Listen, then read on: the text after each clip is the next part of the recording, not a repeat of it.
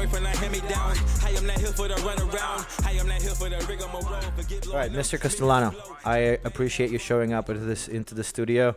I came across your Instagram account through Steve. Dr. Morrow. Dr. Morrow, yeah. A really great guy, man. Really great guy. He told me a lot about you.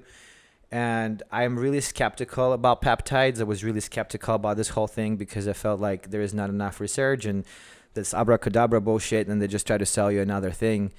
And when I took a card from the doctor, and I decided to go see you like 2 weeks ago because I wanted to try peptides for my torn rotator cuff, BPC 157 and TB 500. And the only reason why I gave it a chance is because it seemed very legit. You know, it wasn't like, hey man, go to the website and buy these things. You know, it was actually a doctor referring to another doctor. And he says, go see him in the office. And that's why I give it a benefit of a thought. And I was like, okay, I'm gonna go check it out. And when I walked into your office and I sat down with you and I got to hear what you had to say about, TRT and HCG and HGH, and I was blown away by the information that you were giving me. So I really, really appreciate you showing up. And just tell me how your background, how you came into this, and what are your fields of studies were and what you specialized in. I would love to hear that, and then we'll just move into the science of it. Okay, well, I like school, so I did really well in school, and I decided to go pre-med when I was in college, right? It was all ego-based. I'm gonna be a doctor, right? Big head, and then I got to be pre-med that first year. I was like, holy cow, the amount of work you had to do. Left no time for nothing. I mean, I had brothers that were at the university with me, and they were partying. I didn't do any of that. So after that first year, I was like, you know what? Forget it. I'm not. This is too much. And so I decided to go. I think it was I went computer science. That's too much, and there's too much work required. So then I went computer science, but unfortunately, during that time, my mom ended up getting sick, and she ended up getting cancer. And since I had a little bit of, pre-med with me, or courses, my family told me to go to all the appointments, so I went to all the appointments with her. And, things didn't go well. She ended up passing away. But I didn't like the way she was treated. I didn't like the whole process. Nothing was really explained. It was just kind of like in and out, and nobody knew anything. Except she was just getting worse, and eventually she died. So did they put her on medication? And yeah, she got the chemotherapy, she got the surgery, she got the whole thing. But at the end of it, it was just 2 years of just struggle, misery, and finally she passed away. So I didn't like that at all. And I figured, I could do better than that. I could do better than that because no one really talked to us. Really, this is back in the late 80s, early 90s. So things were a little bit different back then. So the doctors would just show up and tell you, okay, you're going to do this, and that, and then there was nothing explained, like how to treat that particular thing. Things are different now. I mean, I think we might be sliding back a little bit, but things are a whole lot better. And people are just, they know more. The internet's around. Mm-hmm. Back then, we didn't know anything.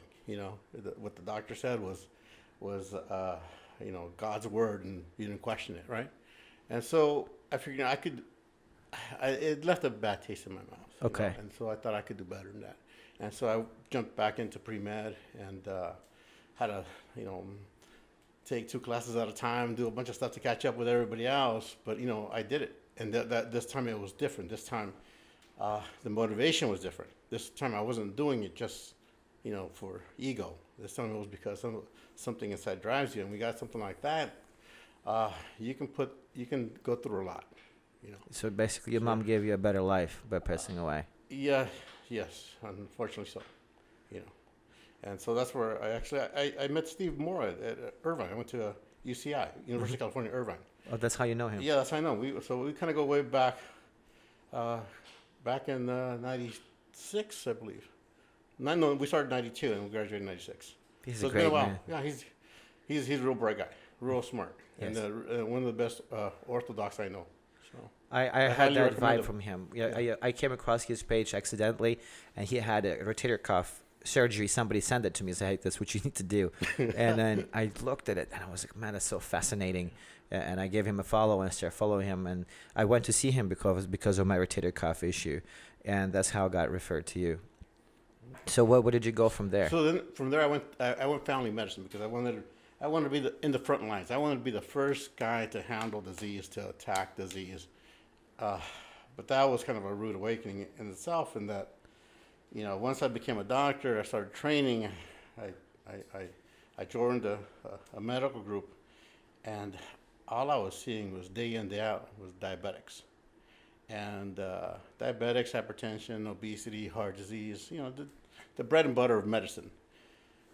And we didn't have enough time to treat the patient. It was a 15-minute appointment, right? And the nurse takes 10 minutes to do her intake, and then you get 5 minutes to address all their issues. And it's just not enough, And I was sitting there and I was thinking, there's got to be a better way. And every day I would think, there's got to be a better way. I'm not doing anything. I'm prescribing, I'm treating. I cure stuff with antibiotics, but I'm not really changing people, right? I'm not really having. You just give them a pain relief. Symptomatic relief is what I was doing, right? And so you sit and you think there's got to be a better way, and be careful what you ask for, because you might just get it. Mm-hmm. And so I was shown a better way. I was actually I was watching 60 Minutes back in like 2003 or 2002, something like that, and I saw an episode of this group of doctors from Synergenics. They're out of LA now. They're out of Las Vegas. And they were the original anti-aging guys who first started using steroids to improve health. And I sat there and I thought about it, and I wasn't taught that. Because I knew about steroids. I've been a long fan of, bodybuilding. I see you got the Arnold Schwarzenegger book up there. So I knew about steroids. I read about them. I was familiar with them. But no one ever put that perspective. You can use these drugs to improve life, improve health, right? It was always, they'll lead to cancer, heart disease. And that's what we were all taught. They'll lead to prostate cancer, heart disease, strokes. So don't use them. They're a no-no. It's one thing to hear some information that goes counter to what you understand. It's easy to dismiss. But the claims were so incredible, I had to look into it, right? They were talking about growth hormone and testosterone, using the both of them to improve health. And so the claims just seemed ridiculously impossible. And so I looked up their stuff. I looked them up online. They had CDs online that you can buy with their information. And back then, before the internet, everybody would put their information out on the internet. They were trying to make their case for growth hormone usage and testosterone. So they put all their stuff out online, and I was able to find that. And I wanted to see the scientific journals they were quoting and they were citing, because that's the science. Mm-hmm. And so you can say anything you want, but can you back up what you're saying? And what they were saying sounded pretty incredible to me at that time. So I looked up those articles, and holy cow, they were being honest. Everything they said was true. And so I started reading all these articles. Everything I could find, I started reading. About testosterone about replacement testosterone, therapy? growth hormone, and all that stuff. Back then, peptides weren't around. So this is more of new stuff. So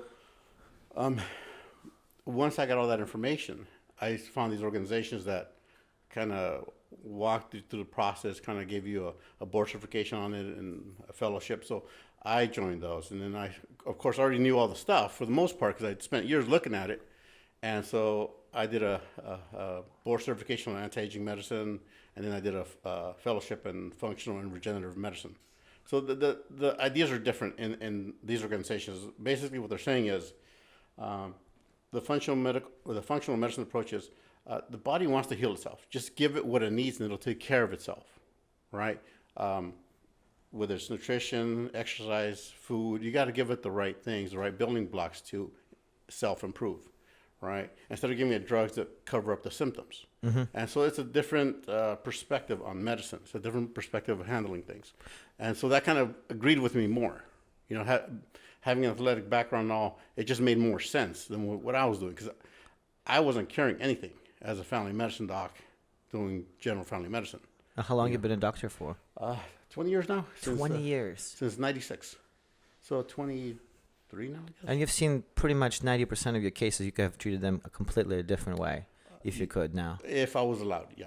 The problem was when you're in, when I said is, be careful what you ask for, you just might get it. I saw a better way, but that way cannot be incorporated into the group that I was in. They have their guidelines, and you can't step outside those guidelines. Why is that the medicine wouldn't accept this other alternative ways? They're gonna be forced to address it at some point. Right now, it's just being dismissed and ignored. But more of us are becoming functional medicine docs, and the evidence is just too heavy on our side, right? And we're changing things, and people are coming to see us, and all I hear are complaints about these health organizations.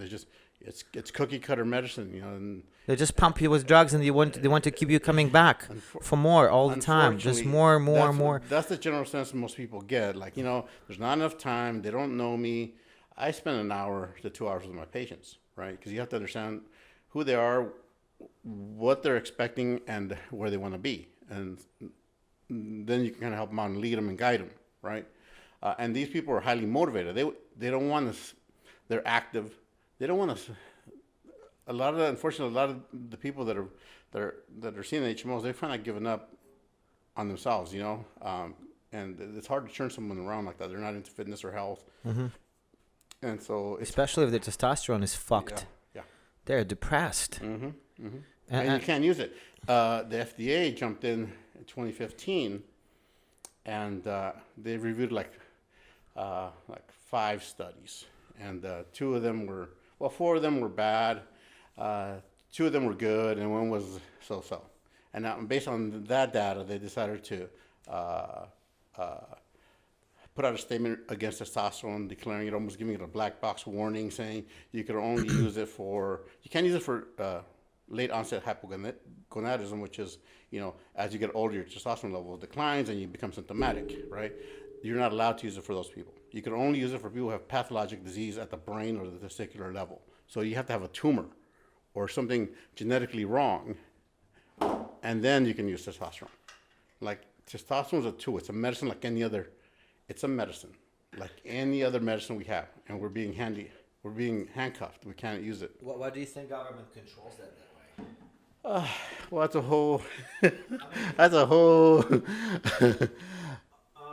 a whole different conversation. Yeah, I know. So this is more of you would consider that as a conspiracy theory, right? Well, not conspiracy. It's just it's the old guard. They're used to doing things a certain way, and unfortunately, the way medicine works is like science. It works the same way. The old guard has certain thoughts and beliefs, and it's not until the new guard comes in and replaces the old guard that those beliefs change, right? And so we just have to have a changing of the guard eventually. But I do believe there is something behind, limiting testosterone, because it does really make you an alpha male that is hard to control, hard to manipulate, hard to impose the will on them. So I do believe there's probably some politics involved into limiting testosterone supply to the population, to the average guy in his late 40s or 50s or 60s, with a heart disease and all other problems. There is a reason why. There is some people do say that the government doesn't want a population that's difficult to control. So, there's a lot of people saying that. So, and testosterone does, raise your alpha male status to the point where you sometimes think, on your own. Mm-hmm. You kind of have to if you're taking it, really, because you're going against the grain already. Anybody who's on testosterone thinks differently than those that follow no, that's a steroid. We don't do that stuff. So let's say if somebody comes into your office and sees, says, what is anti-aging specialist? What does it do? Like, what is a, let's say I walked into your office, and I say, hey man, you know what? I just want to be healthy now.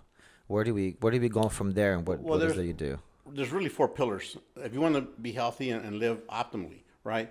You got to address 4 things. And this is stuff your doctor doesn't really understand or has the basic knowledge because he hasn't really taken the courses or understands the material, because it's not something they look at. We look at disease. We study disease, we study drugs, right? And health is not a disease. So they don't really look at it. Unless it's of their own interest, then they'll look. But really, you have to really take care of, there's 4 pillars to health. One is diet, right? And right now, everybody's fed the wrong diet. It's the food pyramid. It's just off. It's wrong, right? That's why you have keto. That's why you have vegans. Anybody who's got half a brain trying something different because they understand the standard American diet is not healthy, right? So you have to address nutrition. You have to address hormones because hormones decline, especially in men. Women have a rough because as soon as they hit menopause, boom, they feel it.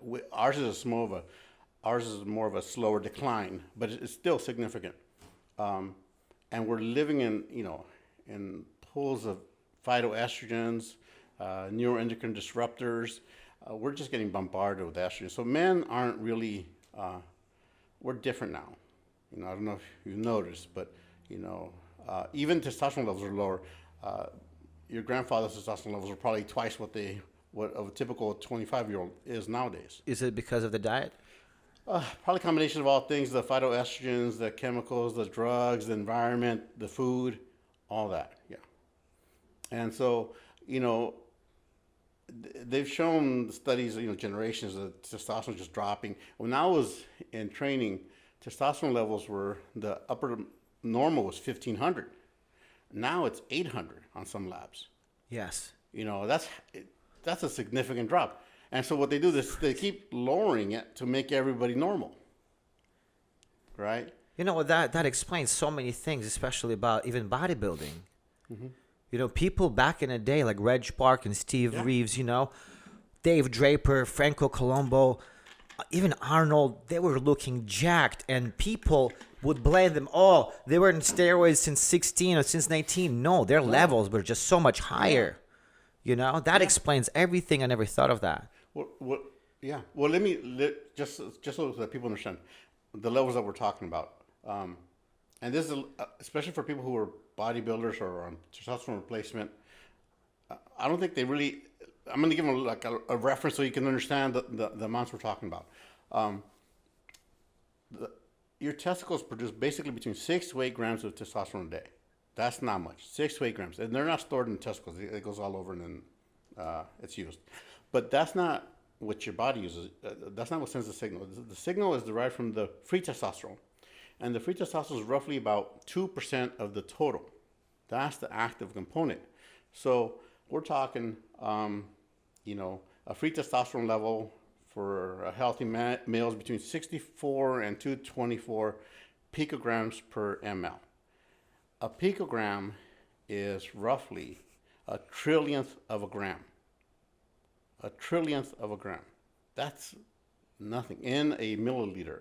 If you take one syringe, 1 cc syringe, that's a milliliter. I would love to ask you about a picogram on John Jones. That's another question. I would love to ask you. What's your take was on that? But so you have these guys that are taking who do steroids, right? These bodybuilders who are just doing some ridiculous amount of steroids. They're taking grams of testosterone. Mm-hmm. 2 grams, 3 grams, which comes out to like 50,000 milligrams of testosterone. It's just an insane amount when your body really just needs a smidge, So but what if happens it doesn't have it. So what happens to the rest of it? Well, it's bound to. It's carried in the blood. It's carried on sex hormone binding globulin. About 45% of it is bound, and that doesn't come off the globulin. And then the other half is roughly bound to albumin. Albumin is it's a protein molecule that carries hormones throughout your body. It's like a taxi cab, but the albumin will release testosterone as needed to keep your free testosterone roughly within that 2%. It's also bound to some other stuff like corticotropin binding globulin, that kind of stuff around 4%, but those don't really matter. No one really talks about that kind of stuff. So we're not talking huge amounts.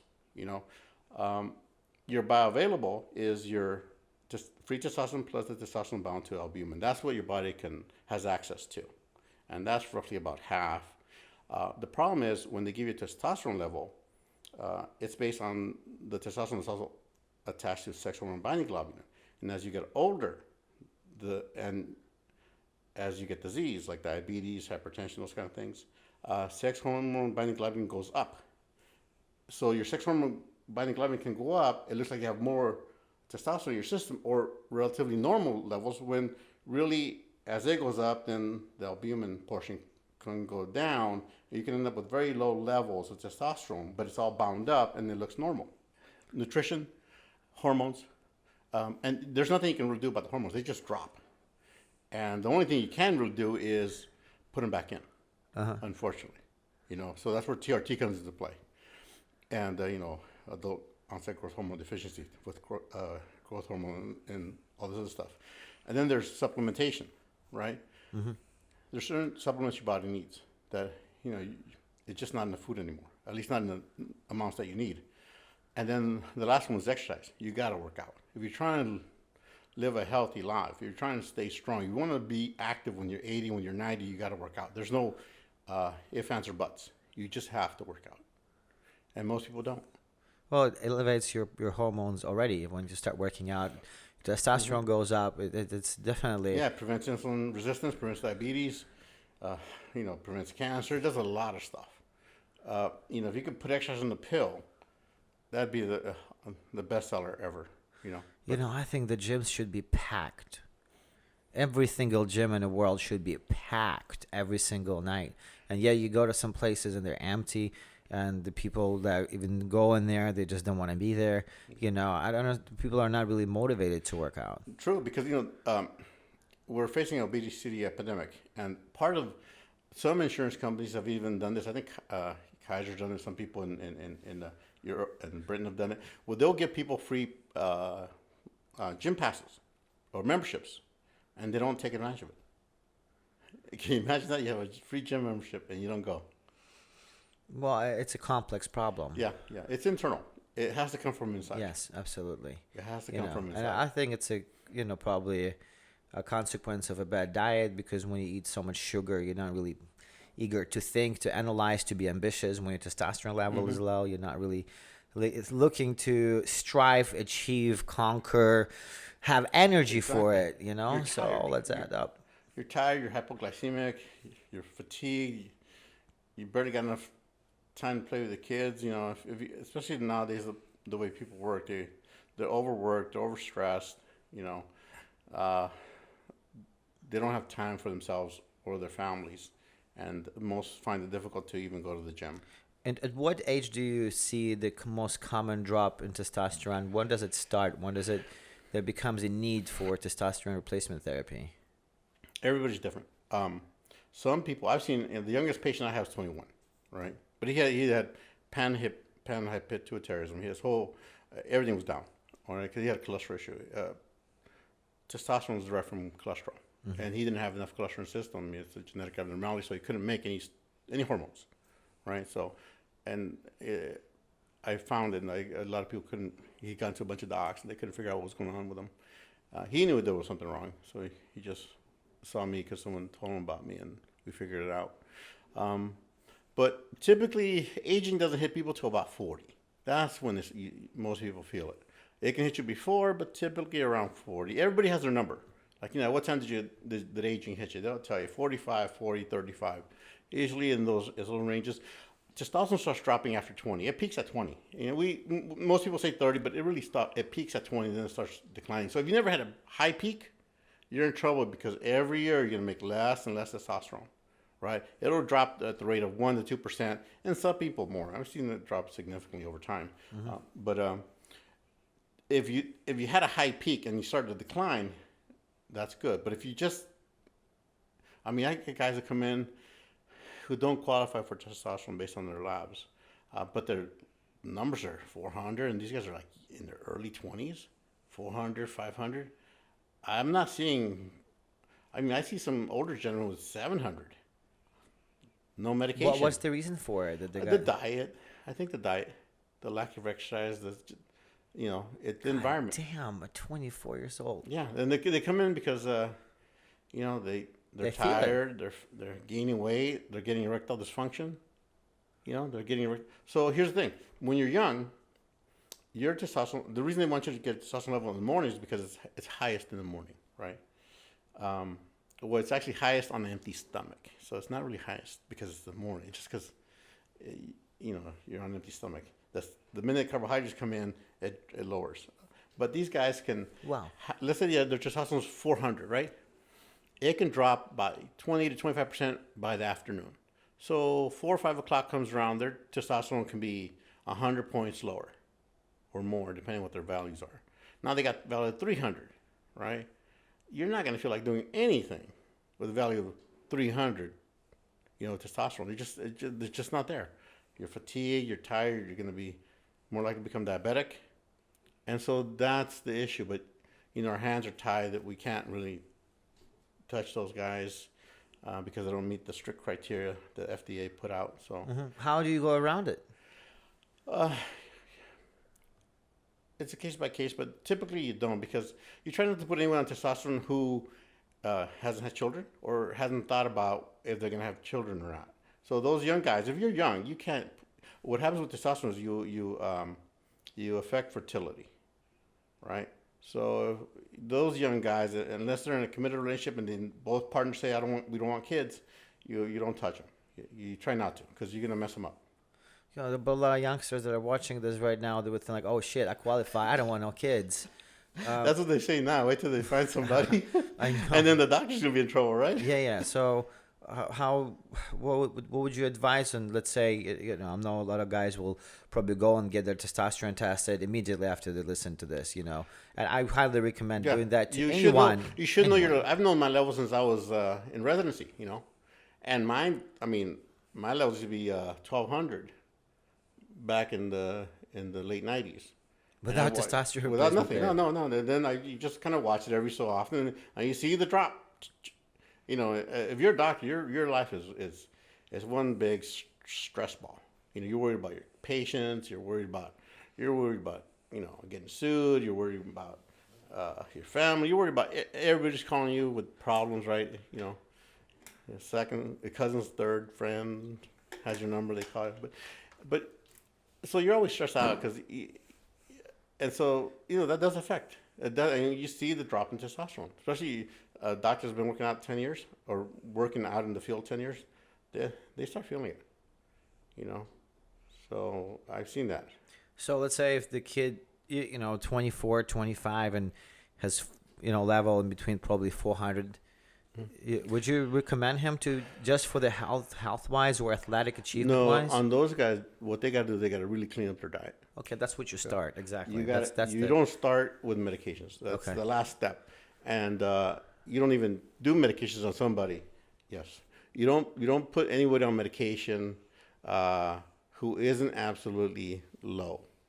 And who, especially, you don't do it because you're thinking different when you're 25 than when you're 35 than when you're 45. It's a different brain process, and they don't understand that. They think, no, this is it. I can't relate to that. I had a young kid come see me for that, and I had to turn him down because, no, I can't, because you say that now. You don't know what you're going to think in 5 years. Mm-hmm. You meet somebody, they want children, then what are you going to do? Mm-hmm. You shut yourself down for 5 years. It might come back, it might not.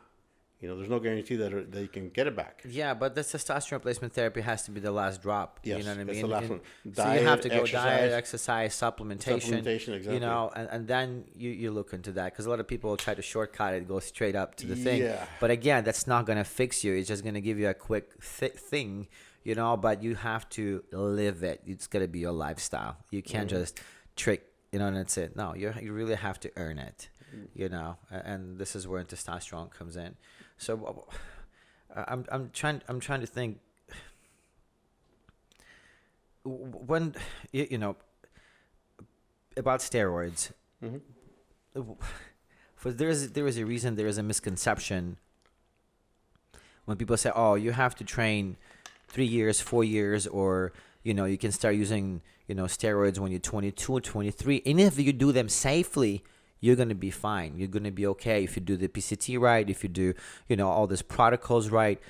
Is there any evidence behind it, or is it just a bro thing? Okay, well, this is just for educational purposes. We should put a disclaimer. Because I'm not supposed to give advice on cycles or steroids. Gotcha. No. Here's what I'll tell you. Totally. Steroids been around since the 1950s. They were actually created right after the testosterone was synthesized.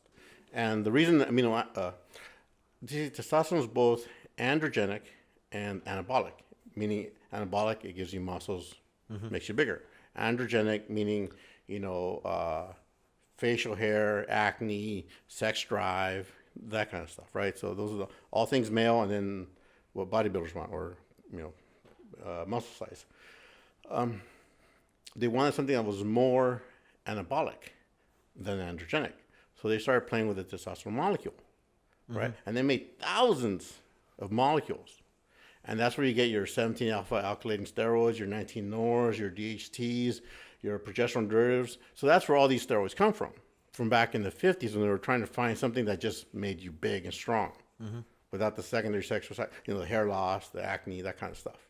So steroids have been around for a long time. They're somewhat known. There's been a lot of, not a whole lot of stuff, but there's been some studies done on them. And so that's why we know them. Some of the newer stuff like SARMs, all that stuff, very little information, hardly anything out there. So they've been around a long time. People won't use them. But the problem with steroids is there is no safe steroid. If it works, it has side effects, right? You can't get away from the side effects. And the problem is most people don't understand how serious the side effects are. And so I think this would probably be, we'll probably get a lot of thumbs down, but you have to explain it to people. This is what you're doing. They don't want to hear it, but they have to understand it, because they have to have, you want to go into this, if guys are doing this, they got to go in this with their eyes wide open. They can't have blind spots. Some guys don't want to know about anything bad, but they have to, because, steroids, huge, depending on the family, but huge impact on the liver. I mean, they lead to hepatitis, to gallstones, to stasis, liver damage. It's pretty significant damage to the liver, to the heart, especially like DECA leads to. Some studies show that it increases your heart cells, your myocytes, and then after a while they die. So that's some of the heart issues there. All the steroids affect cholesterol. Some say, oh, this one doesn't, but they all lower your HDL, which is your good cholesterol. They raise your LDL, which is your bad cholesterol. And I've seen some guys on the internet talk about how you're okay, and under 600 milligrams a week, you're okay. It doesn't really seem to affect that much. No, there's studies out there that show at 300 milligrams a week, those levels are affected, right? And so the thing about heart disease is that it's the small particle LDL that's responsible for heart disease. That's what goes up with steroids. And then the big buoyant, the big fluffy cholesterol that's protective, that's non-atherogenic, non-heart disease causing, that one gets lowered. So the good drop and the bad raise when you're on steroids, right? And do you think that you can really cause permanent damage just to running through one cycle? Well, depends on how long the cycle is. Depends on your baseline. If your liver's good, your kidney's good, because you also damage the kidneys. Now, the kidney damage doesn't show up till it shows up over time. Every cycle, there's some damage. And the most common damage that they seem to get is called FSGS, focal segmental glomerulosclerosis. They end up with kidney damage and end up on dialysis. That happens over time with each cycle, and the body's pretty impressive. It can take a beating, and it'll look normal, it'll function normal until that one last cycle, then boom, you're done. Your body can take a beating until it can't, and that's basically how it works. It's the straw that broke the camel's back. It's just one straw. Do you believe into the regular protocols that people are doing in terms of recovery, and what would be the proper way to really approach this? You will not convince people otherwise not to use anabolic substances, especially when bodybuilding culture is so accustomed to them. It's normalized. Sure. Like, people look at it like, okay, this is what it takes, and this is totally normal because all these people are taking it. Yes, I heard about side effects, but who gives a fuck? I gotta get jacked. Yeah. Now, here's the thing. We're all grown men. We're all grown people, and we can do whatever we want, right? and people are going to do whatever they want. But they should go into it with open eyes. And so my job is to make sure they understand what they're doing, and they should be monitored. The problem is they just turn a blind eye to it. They never look at their they should have levels before they do their cycle, levels during their cycle, levels roughly once a month to see kind of what's happening, right? Because a lot of guys don't want to know, and then things happen, and then it's too late by then. And unless you're like making a living off of it, it's definitely not worth it, you know. Especially if all of a sudden you have kids, you got a family. You know how people usually do, when they run the cycle and then they get off, and they just continue running they call it a bridge, testosterone replacement therapy, and some of them do 200 milligrams, somebody does 400. What is your take on that? They're doing basically what they're doing. They have a baseline of TRT, and then they're doing cycles periodically. And so they're shut down already because just the amounts that they've taken, and if they're depends on the cycle they do. But if they've done a couple cycles, or they've been they've been bridging for a while, then that bridge of testosterone also shuts them down. So that completely, there's no chance for your body to recover whatsoever. Do you think there is at what point? I said, your testicles make 6 to 8 grams a day, right? So let's say it does 7 times 7 days, that's 50 grams a week. When you inject, most guys bridge 200, 400, right? Now you're injecting 400 milligrams. Let's say you're doing 400 bridge. Now you got 400 milligrams of testosterone in your system, and your body's used to 49, right? You know it's going to shut you down. That's too much. Because is it unhealthy for you to completely get off? Here's the thing: if you're doing TRT, that's different than doing cycles. If you're doing TRT, that's a forever medication. You should be on it because roughly your endogenous production is no longer there, and so if you've been doing cycling and steroids off and on, chances are you've completely shut yourself down. You can try to get them back, but sometimes it can take up to a year, 6 months to a year to kind of get your own production back. Especially if you're trying to get fertility, it can take that long. Well, so this is what would be, let's say, I'm assured that I'm gonna convert a lot of people into doing this healthy way because I was obsessed with getting massive and kind of got into a trend of abusing gear, and shooting tren every day, in different muscle groups, and pinning, prop, and I've seen all of the guys doing it, at Gold's Gym. I've seen people shooting right in my car, basically, and the guy would pass out at the wheel, because his insulin levels, like it's just I've been there and I've done it all, and I didn't really push it. I did see a great result, in the mirror. I was pumped the fuck up. My test was the pump, everything was crazy. The power, the strength, the drive, everything. And you get mentally dependent on that. You can't really train without it anymore. After you get off the style, you kind of stay on the bridge because, you hate to see your gains lose, and then you're not the same guy anymore. You don't feel the same. You don't have that drive, and you want to get back into the gear, and I was caught in that cycle, until I got a prostate problem where I would just wake up every day and would want to go pee at night.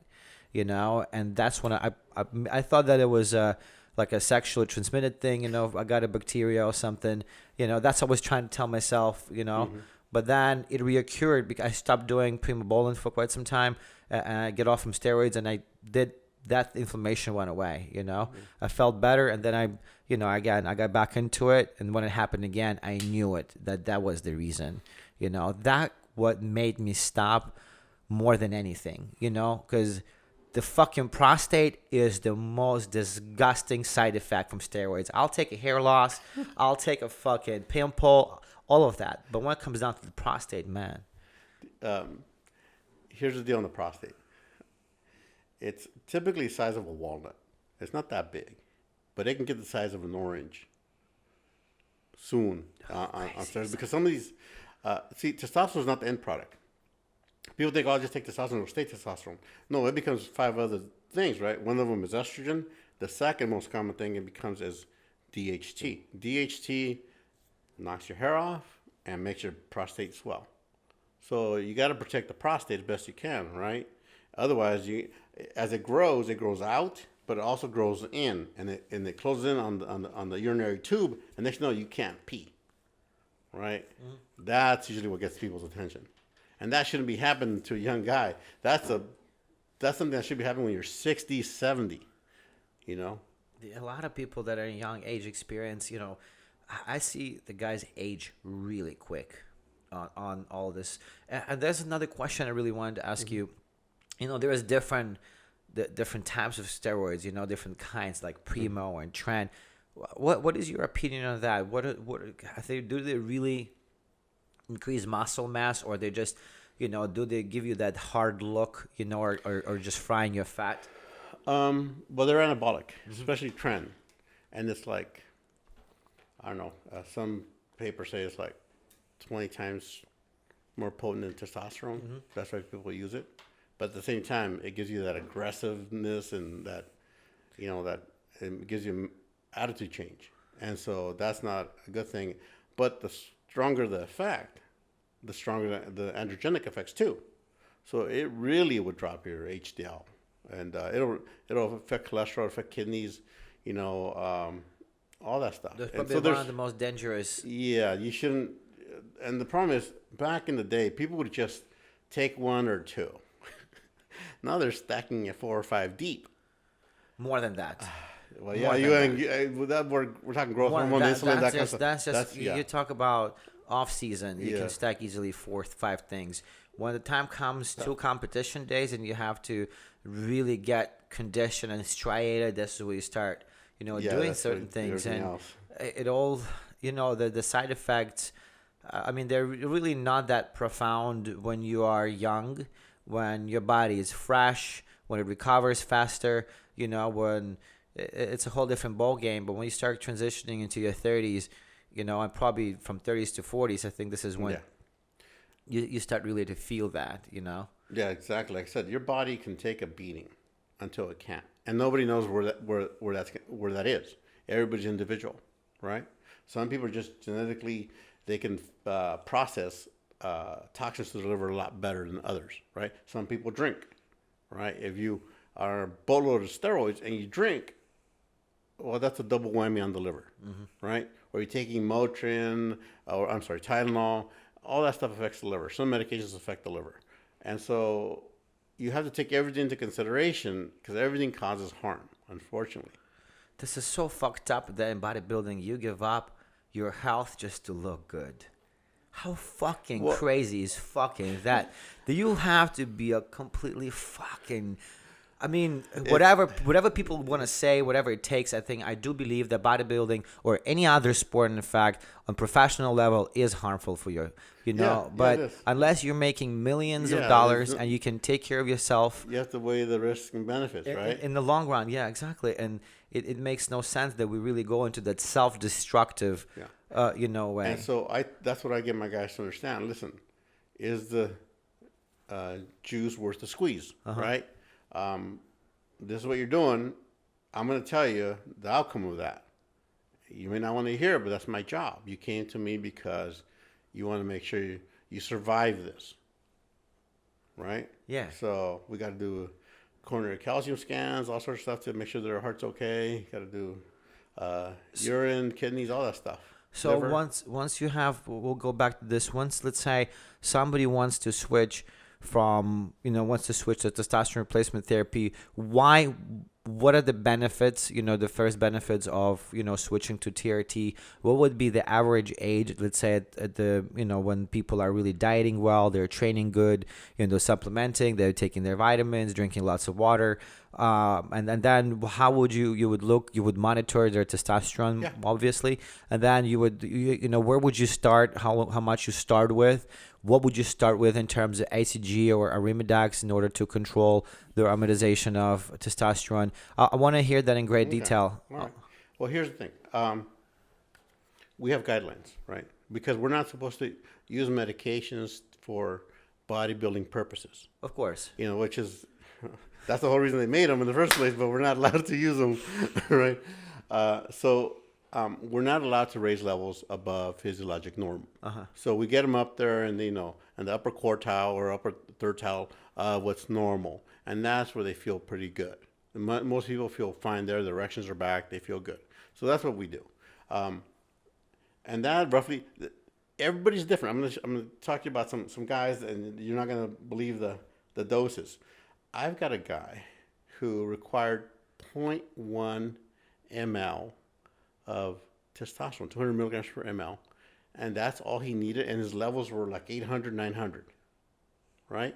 That's nothing. I have another guy right now, he comes in once a week, and he gets 0.5. He used to get 0.4 once a week of testosterone, so 80 milligrams.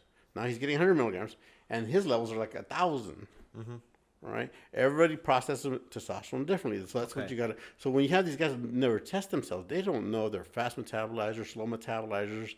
They may not need any of that stuff, or as much as they think they need. And then I've got another guy who requires 1.3 ml just to get him at around 600-700. Of course, he's a 400-pound guy. He's 6'8", but that's what it takes to get them to roughly 600 to 800, 1.3 ml, 1.4 ml. So everybody's different. You just got to find their sweet spot and keep them there. Now, in regards to estrogen, there's a lot of information on estrogen that is new. And I didn't come up with it. I was of the old guard. You give estrogen blockers because that's what people do. And we learned that from bodybuilding, right? The problem was nobody knew how much these guys were taking. They were taking bolos of testosterone and steroids. They were taking a bolo. So, it makes sense they would take Arimidex and estradiol, letrozole, all those things, right, to control estrogen. But when you're talking TRT, that mentality just kind of got moved over, and there was a couple association studies that show these levels were pretty decent. People did well on 20 to 30, so you keep it there. But there's I heard much like that first time when I got into the anti-aging thing, I heard a doc talk about estrogen blockage and how it isn't needed and how it's completely wrong. And that's different. Now, most doctors will hear something contrary to what they do and oftentimes ignore it because, I tried to find every article this guy was talking about. It took a couple of months, but I dug him up. And man, he's right. I was, and then I did it on myself to make sure. 'Cause I'm not going to put my patients through something that I'm not going to use them as guinea pigs. So I tried it myself. I stopped the estrogen blocker, right, and see what happened. Yeah, but you was a certain number, right, of tests a week. Yes. Okay. And so right now the belief is that estrogen will lead to gynecomastia, that estrogen will lead to heart disease, will increase strokes, that estrogen will prevent the fat from leaving that midsection, right? You can't get lean on estrogen, and that estrogen leads to erectile dysfunction. My libido's down, it's got to be the estrogen, right? Wrong on all counts, as far as I can tell from what I've read. And estrogen, one thing they don't talk about that's really, really important is that you need estrogen to keep your bone mass. If you drop your estrogen to zero or low, you just spill bone out your urine. You'll get osteoporosis. Well, you have to know how much estrogen exactly you actually need. So do you know your body? Your body already automatically does it. It's a 10-to-1 ratio. Okay, so let's say if you're taking 100 milligrams of testosterone a week, you want to look at your testosterone level, and it's a 10-to-1 testosterone to estrogen ratio. Your body normally adjusts to a 10-to-1 ratio. That's healthy. Yeah, that's healthy. So if let's say your testosterone is 1,000, or 800, just for argument's sake, it's 800. Your estrogen level would roughly be about 80. It's a 10-to-1. Now, if it's higher than that, and you're having symptoms like I've got breast tenderness, those people, it's conceivable to give them a smidge of estrogen block, Arimidex or without giving them test. If they're on testosterone. Normally, if you're not on testosterone, your estrogen doesn't go that high. It never gets higher than like 40 on its own, 42, 43, 44. That's how people develop gyno, right? No, actually, gyno's we thought it was strictly due to estrogen, right? Uh, it's more genetic. Just like hair loss and DHT, that's gyno. So if you get someone who's genetically predisposed to get gynecomastia, so what you want to look at is look at your mother. If your mother was had a large breast, right, you got her genes, and you're just more sensitive to estrogen. So that gives you an idea, because you don't know who's sensitive, who's not, right? So, little kids get gynecomastia when they're growing through puberty, and so we thought, okay, it's estrogen, right? But they've done the trials, they've given them the estrogen blockers, and they don't work on kids. So it's a so-so on the estrogen being responsible for gynecomastia. In some men, it helps, not all, and it doesn't go away. The only real solution to gynecomastia is surgery most of the time. Yeah. So you wouldn't recommend using Arimidex on TRT? I would look at their levels and see if they're symptomatic. Because guess what goes down when you drop estrogen? Libido goes down. Orgasmic response goes down. But does your libido, which is the opposite. But does libido goes down when your estrogen is high too? No, actually, the chart goes as far as they can measure it. The results were you saw improvement. Really? Yeah. So here's the thing: estrogen. What we thought estrogen led to heart disease, right? So, but the studies actually show that estrogen increases your fluffy cholesterol, the non-atherogenic one, right? When you drop estrogen, the tiny cholesterol, the small cholesterol particles, it's called the LDL type B, that goes up. Your HDL drops, when you lower estrogen. So you need estrogen to have, for example, women, the reason women don't get heart attacks like men in their 40s is because they have estrogen. Okay. We're the same creature. Why would a hormone in one person protect them, and in a female, and not protect the male? We thought it was the estrogen that was really leading to heart disease in men. No, it's protective in us too. It does the same thing. The reason why I said that is because when, let's say, I was running, higher dosages, I watch I kind of manipulate, my libido. I can see where it gets a little lower, even though I'm on task. I would drop some Arimidex, and it improves. Well, it depends on what your levels were. If you never did the labs, you don't know. You could have been 400 or 500, right? At that point, yeah, I could see it causing problems, because even a young girl doesn't get, they're about 200 to 500 on the estrogen level, right? If you get the levels of a young girl, then yeah, your libido is probably going to be affected. And you can get stimulation of the breast tissue. Gotcha. But typically on TRT, your levels are never going to get that high. Not on TRT. Doing steroids is a different story. What is an average dose of TRT would you recommend? I know it has to do, with your levels, because how long do you monitor the levels? How long do you monitor someone's levels before you put them on test, though? Well, normally I don't put them on test unless they're low. You have to get 2 different readings on 2 different days, and they have to be low, and they have to have clinical symptoms, and so that's the criteria for TRT. But if they're low, and then you put them on, the standard dose, is roughly based on size. You go based on size, but nobody really needs more than 200 milligrams a week. Okay. Do you think that it is absolutely a must for someone that has a healthy diet, whatnot, to be on TRT? No. There are some men who have low levels and are not symptomatic, and I'll tell you why that is. They haven't been able to explain this, but I've thought this through, or at least I think I have an idea of why that is. Did you know your brain makes testosterone? No, I didn't know that. Yeah, your brain makes its own separate testosterone. It's that important. That's crazy. Your brain makes testosterone, and so in what part? But inside all the brain tissue. Okay. But the thing is that it doesn't make enough to feed the rest of your body, and you have a blood-brain barrier. It doesn't leave that circulation, so it doesn't get out. Okay. So my thought process is, in those guys who have low testosterone levels, but their erections are fine, they have enough muscle mass, everything's fine. They're eating right, so they're always healthy in that physically they're fit, right? So they take care of themselves. And 2, I imagine their neurologic level of testosterone is optimal. That's why they don't feel it. And so you shouldn't treat that guy with testosterone. because he's not going to have the benefits, right? A lot of guys would just want to be on it because it's okay. My numbers show I'm low. That's not enough. You have to have the symptoms. Otherwise, you're treating a deficiency. If it's not deficient, the benefits aren't going to be there, why inject yourself every day, every week, if you're not going to get any benefits? Yeah, I don't feel it, they're going to tell you. And so you're not doing that patient a service. I mean, I definitely will probably take your performance to a higher level because it will kick everything up. Well, it depends on how much you take, yeah. You know what I mean? Yeah, but I could definitely, see, back to my story, when I, discovered that I'm having this, prostate issue with primobolan, I cut that out. And I left myself with just a shot of testosterone. I prescribed it to myself. What an idiot.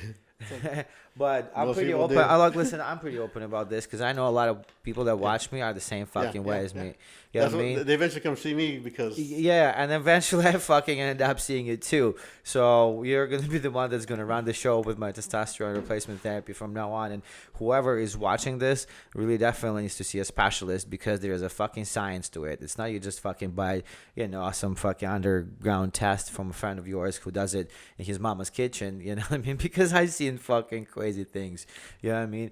And you don't know what you're injecting at the end of the day. Not only that, you have to keep an eye on blood volume. The more testosterone you take, the more erythropoiesis that you have. Basically, your blood volume goes up, your hemoglobin and your hematocrit goes up, and they can get some pretty high numbers. I've seen some pretty high numbers that we had to actually have people come back and we had to tap them in the office to get some blood out. At phlebotomy, we had to phlebotomize them because they were too high. Yeah, so and these are the guys that are out working out, in the heat and getting dehydrated. Mm-hmm. You don't want to have a really thick blood when you're out roofing or doing construction and dehydrated. It can, not that it will, but it could predispose to clots or. That is crazy. What would be the absolute first benefits of taking TRT in the long run? I'm sure people would talk about gaining some muscle mass and having more of a sex drive. What would be? Here's what the studies show, right? Here's why you want to be on testosterone. If your testosterone is low and you have symptoms, one, because it prevents osteoporosis, it prevents thinning of the bones. Two, it's been shown to either have no effect or prevent heart disease. A big study, a lot of these studies come out of Europe, so a lot of docs here aren't familiar with them. But you can lower stroke rate by 36%. You can lower heart attacks by 24%. You can lower all-cause mortality by 56%. What that means is all reasons for dying drop when you're on testosterone, not just heart attacks and strokes, right? Less cancer, less depression, less suicide, less all that stuff, right? So it's good for you in that if you want to live a long time, you're not going to do it if your testosterone is low. You're just not. What could be the side effect of testosterone replacement therapy? Okay, the side effects, one other thing, prevents diabetes. I've got papers where doctors have prescribed new onset diabetics, just testosterone, and they control their blood sugars. They became non-diabetic based on blood levels of hemoglobin A1C, which is a sugar check. So you can prevent diabetes. You can prevent obesity. There are 8-year studies where people were given testosterone, and the weight loss doesn't start showing till at the end of the year. They've lost 8 pounds at the end of the year, and they continue to lose poundage. Over the 7-year study, they did 30 pounds. That's a lot of weight. And that's without really changing behavior. I imagine they were more active, but nothing works like that. There isn't a diet pill that will give you a 35-pound weight loss over 5 years. Most of them peak at 6 months. At 6 months, there's no more benefit. Makes a lot of sense. So testosterone will do all that. That's why it's a good thing. That's why, I'm a big proponent of if you're low and you're symptomatic. It's not something you just take just to take, right? Because the benefits aren't there. The side effects of it are acne, hair loss. It can enlarge your prostate, over time because you do make DHT. It can increase your blood volume. What would be the way to block the DHT? Saw palmetto. I have all my patients take saw palmetto. It helps block the DHT. You also want to keep an eye on estrogen. You want to make sure it doesn't get too high because estrogen does stimulate the prostate too.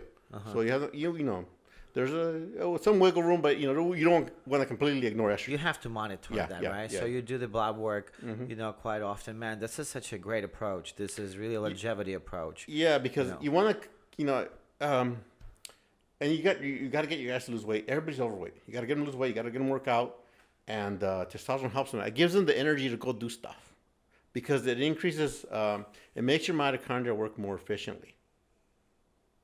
Right. It makes your mitochondria. Your mitochondria are basically your little battery packs that you have in your cells that create energy for you to do stuff, for reactions to occur. If your mitochondria are inefficient, that's what happens with diabetes. They have very inefficient mitochondria, so their output is terrible. Right? They're like 70%. And then we put on testosterone, something like, hey, I feel good. I want to do stuff. So now they're burning more glycogen. Now they're burning more sugar. Now their sugar levels are being better controlled. But there's no way back from TRT. That's it, right? Well, the problem is there's no way back from it, but without it, you're going to have a hard time. You're going to have a hard time. You have just to accept You're going to become diabetic. You're going to become obese. More likely. It's not a guarantee. You're just more likely to become diabetic, more likely to become diabetes, more likely to get heart disease, more likely to get all that stuff. You're actually more likely to get prostate cancer if your testosterone is low, which is different, right? You're like, wait a minute, what? Yes, if your testosterone is really low, you're more likely to get prostate cancer, and you're more likely to get an aggressive prostate cancer. Makes a lot of sense, yes. Different than what we're told. Oh, testosterone leads to prostate cancer. No. I had a question about if you... there's the probably the biggest side effect is it kills your reproductive ability entirely. It can. Does it can done do it improperly? Unrevertedly, like you cannot reverse that. Well, yes. See, when you have a young person who hasn't had children and their testosterone level's low, I always get them to sign consent, and there's a special disclosure that we discussed. That they may become infertile. And so on those patients, I put them on HCG. I don't use HCG for everybody, but I definitely do it on the people who want to maintain fertility. That was going to be my other question, an ICG. And so, it serves its purposes. And some doctors just give it to everybody. It's like a cookie cutter thing. Not necessarily, because some people say they have ED issues with HCG. I've seen it enough times. They're like, okay, stop it. And it goes away. It could just be individual, right? But I've had enough of them say, hey, I take it, I get ED, I don't take it, I'm fine. So don't take it. I've noticed that my sex drive and my muscle fullness is different when I take HCG. I've noticed the whole thought process was, you got to feedback, backfeed the pathway from the beginning, because HCG's, goes all the way up to progesterone, and it kind of feeds the pathway forward. But when you have too many things going on, you're not sure what's doing what. So I usually don't use it unless it's someone who is interested in fertility and they're young. So if that's the case, then I put them on HCG to maintain testicular volume and function. Most bodybuilders would argue and say, hey man, when you inject testosterone, why would you want to confuse your body and give it HCG? It still kills it. It doesn't make sense to do it. What is your take on that? I agree to some respect. If it's doing the same thing, why add a second agent that's doing the same thing? So I understand the purity. You just keep it clear. This does that, and that's what you want. Testosterone will do all that. Why add a second agent that kind of does something similar to the first agent? It makes no sense. But it does serve its purpose otherwise in regards to fertility. And some guys don't have big testicles, and they don't want their testicles to go away. And so in those guys, we give them a dose that keeps those testicles as they are. Okay, so that's what's going to keep your fertility around there? No, there's two different. Fertility may be maintained. It may not. It's not a guarantee. Although I've had quite a few patients who went on to have children years after being on TRT. But there's no guarantee everybody can do that, right? Absolutely. At what point it becomes irreversible? The problem is there aren't any studies like this. as best as we can tell from the urology, a lot of this information comes from the urology literature, right? And most people don't read urology literature. I do. I read diabetic and urology literature. You have to. I got nothing else going.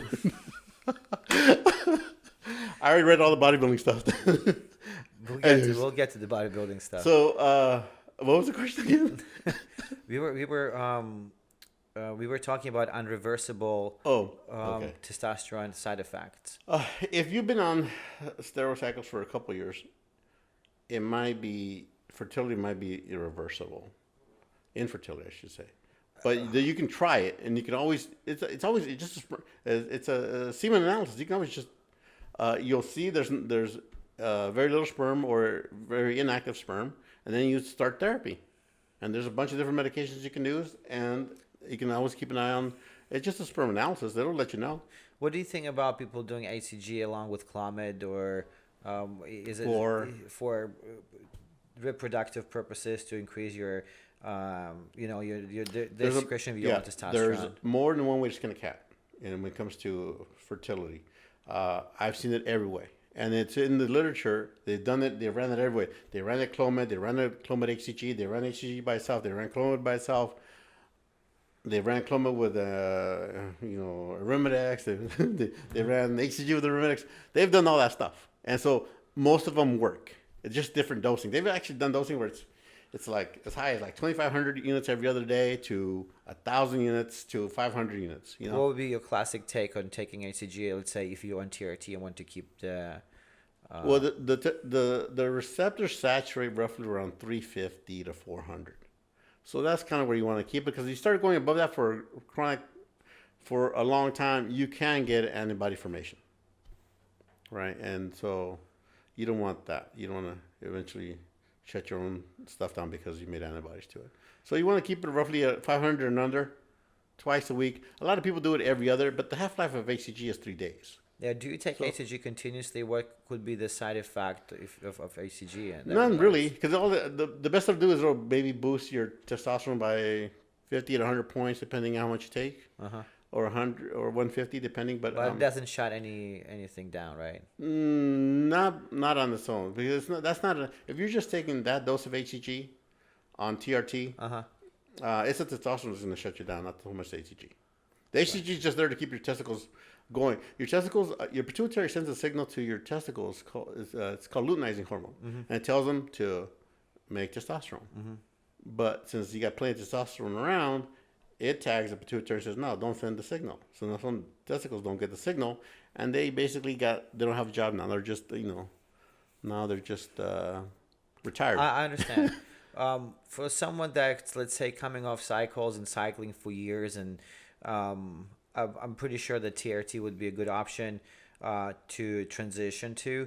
Would you recommend someone to, when they getting off, being a bodybuilder in a way, becoming more of a healthy lifestyle type of guy, not as extreme? How would you recommend doing? Just getting off completely and trying to recover to where your body can recover, and then start, process from there? Yeah, you can always do. First of all, you want to get into TRT. You want the body to readjust, because here's the thing: receptors hide. Your cells are just it's like, think of it as a little beach ball, and you have these little testosterone receptors that hang out, waiting for testosterone to come by. When you've done repeated cycles of steroids, there's a whole bunch of testosterone out there that will tag those receptors. And it's too much information going to the cell and too much activity. So what happens is your cells hide those receptors over time. Just like if you're diabetic and there's too much sugar out there, your cell doesn't want all that sugar coming in, so it'll hide the insulin receptors. Or it'll make them resistant, insulin resistance. It's the same thing with testosterone, right? So you can switch testosterone for sugar, right? And the same situation is going on. And so let's say you've done cycles for years and now you want to just go on TRT. Well, the problem is now you have very little receptors. You've downregulated your receptors, so it can take a year for the receptors to come back. So you may have to go on TRT for a year before you try to do a post-cycle therapy to kind of see if your testicles will come back. I mean, you can run HCG concurrently with that, but you want the receptors to come back. It can take 6 months to 8 months for the receptors to come back. Makes a lot of sense. Because usually you don't want to wait that long because you're gonna be. They never do. You're gonna drop to the minimum of where you've been mentally, physically. It's gonna be such a significant drop, especially if you're so used to running over 1 milligrams of just test, 1 gram. Yeah, I'm talking about just 1 gram of test. There's just that alone. Where do they inject all that stuff? That's what I want to know. You know why? The amount of scar tissue the guys have must be insane. Because that's like and those scar tissues also lead to injuries because those muscle fibers are not firing. They're not firing. Your supportive muscles start getting in, your joints, your ligaments, and nobody really thinks about it. Nobody really wants to you think get calcifications. Yes, you just want to keep shooting, you know. And I had lower back pain. Fuck, my lower back is fine. Like, what is the problem? And I was having a scar tissue and like a lump, you know what I mean, on top of my ass because that's where I would always, stick a needle. And once I started going through it and working through it and getting a deep tissue massage to the point of really pain, that lower back pain disappeared, and this is because of the glutes start to fire a lot better, But when you come back from that much in amount, it takes, it takes a beating you mentally because you're not moving the same weight. You're not having the same pump. You're not looking the same way. The things that you feel when you're on juice, you're invincible, you're unstoppable, you're an alpha male, and you couldn't get used to that Superman status. You're accustomed to think that this is who you are. This is what you see in the mirror. You identify with that person, and you become dependent, and you find any excuse. The higher the dose you take, the more dependent you become.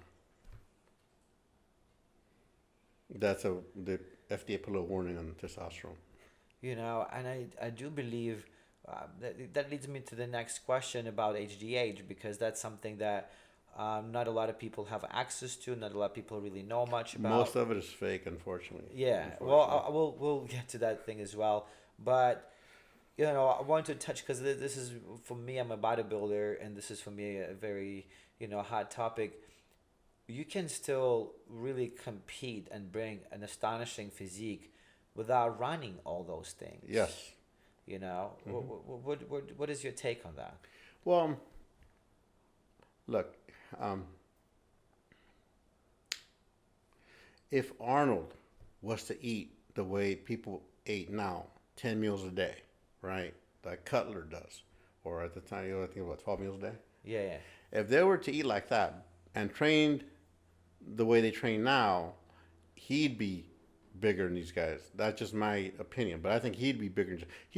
Bill Pearl was huge back in the 60s. Oh my God. Bill Pearl, fucking Drake, massive. Yes, absolutely. There's Oliva. Yeah, there's Sergio was huge. Even natural. Now Sergio was on testosterone. So. Yes, but he was in a young age. Yeah, he was on 200 milligrams. He was on TRT. All his life, basically. Yeah. So he was never on these crazy doses. 200, 400 milligrams what he used, but from what I've heard. But bring those guys into this time period with the meals and the training and the knowledge, they will still be champs. And so there's a certain thing to be said about genetics. The medications will help get your genetic potential. Will help you reach your genetic potential faster, but there's still genetic potential, right? If you're just not built and you don't have the aesthetics, you're never going to be, Frank Zane. Yeah. You're not going to. Yeah, and it's a harsh thing for a lot of people to accept. And a lot of people feel like they will compensate with by steroids, getting bigger. With steroids. Yeah, they want to be. I want to be the next. And they find that this is the tool for them to fix their genetics. And I do believe that you can go far without superior genetics. But if your naturally waist is 36 inches, bro, you have to be real with yourself. It's just like going into boxing and having a glass chin. Okay. You really have to be aware of it, I mean, you could be the Swedish boxer. I mean, just Amir Khan, guy was fast. Couldn't take a hit. No. He still made it though. Yeah. It was impressive until he got hit. Although he took a couple of good ones before he went down. So absolutely, but I do feel like this is a big problem with bodybuilding that most of the guys try to compensate, and I was the same dude too. I'm not a big guy. I'm not genetically gifted. I was a really skinny dude when I was a kid. It was really hard for me to put on weight. I had to eat so much food.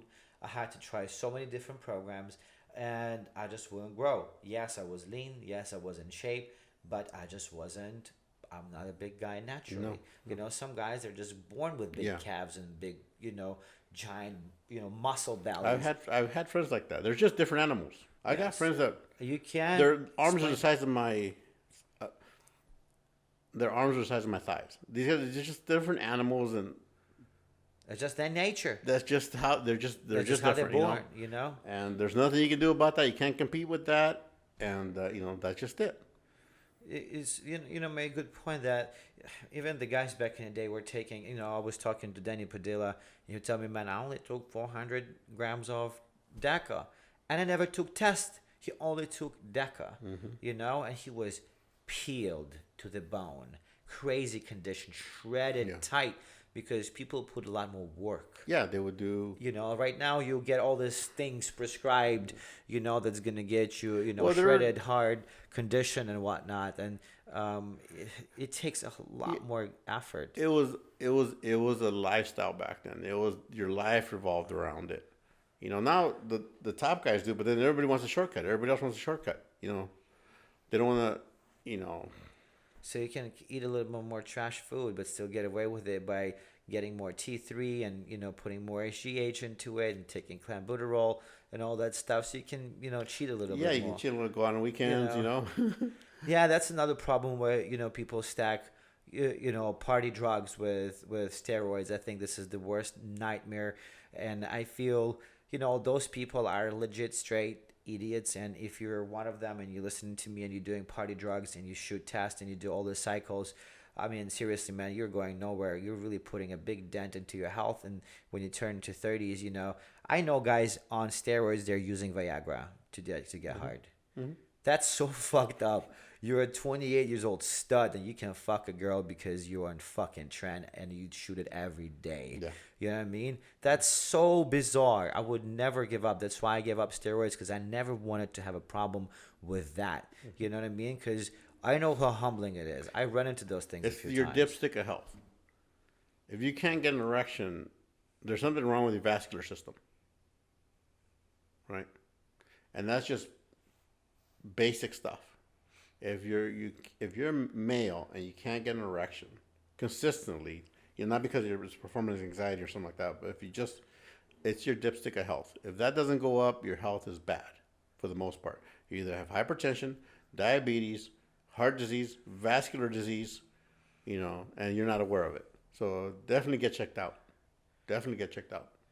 This is this is a big problem, because these days, listen, man, bodybuilding became it integrated itself into microwave society, which is social media, where people want to have fast results, fast validation, fast fame, fast money. They want to have everything tomorrow. Yeah. And drugs like, anabolic steroids is a shortcut, to what you truly have to earn, and that shortcut comes with a lot of responsibility that people usually don't think about, and they don't want to think about, because there is no fucking tomorrow. Yeah. It's only today, and you want to get validated today. All I got to tell people like that is that there is no free lunch.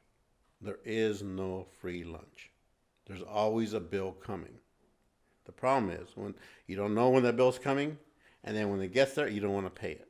It's too much. It's too big a bill for the little sandwich I had. Right? There is no free lunch.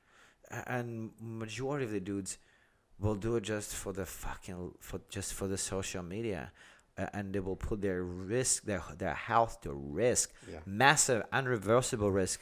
I know a kid that he got on drugs and he was looking good and everything was going well for him, and he got a fucking infection because he bought that juice from God knows where. And he developed scars and this crazy acne that took him 2.5 years to get out of the house. He wasn't allowed to use tests, nothing. He was in a lockdown, the most miserable human, and it took him. He mentally never gonna be the same guy. You know, he still has all the scars over him, and it's such a big risk to take. I understand you're on a very competitive level, and you're making. I'm not even justifying dudes that are competing right now. They're taking enormous amount of drugs. The changes that they go unreversible. They're even more evident these days because what they do these days is fucking obnoxious. If you look back and they look at the legends of old school bodybuilding, dudes are still in 70 and still pumping iron. Yeah. You know what I mean? You look at the modern bodybuilders, they're fucking bald, look like they're 65 with the heart diseases. You know what I mean? All kinds of problems. Well, they're all having kidney issues. You know, and man, you don't want to be on dialysis. Yeah. 4 hours every other day.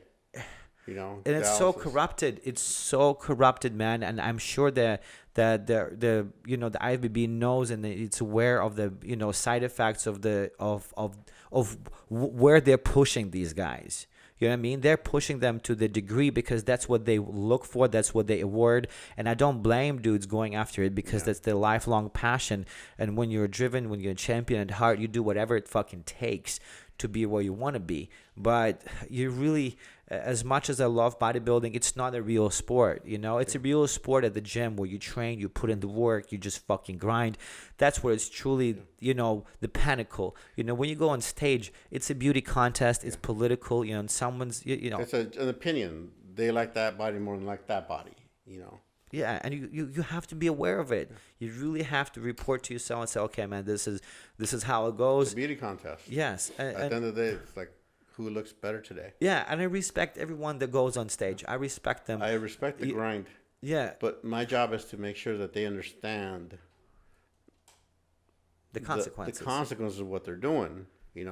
Of course, if they don't want to know, they never come see me. So but it's the ones that come see me that this is some of the stuff we talk about because they're seeing me for a reason.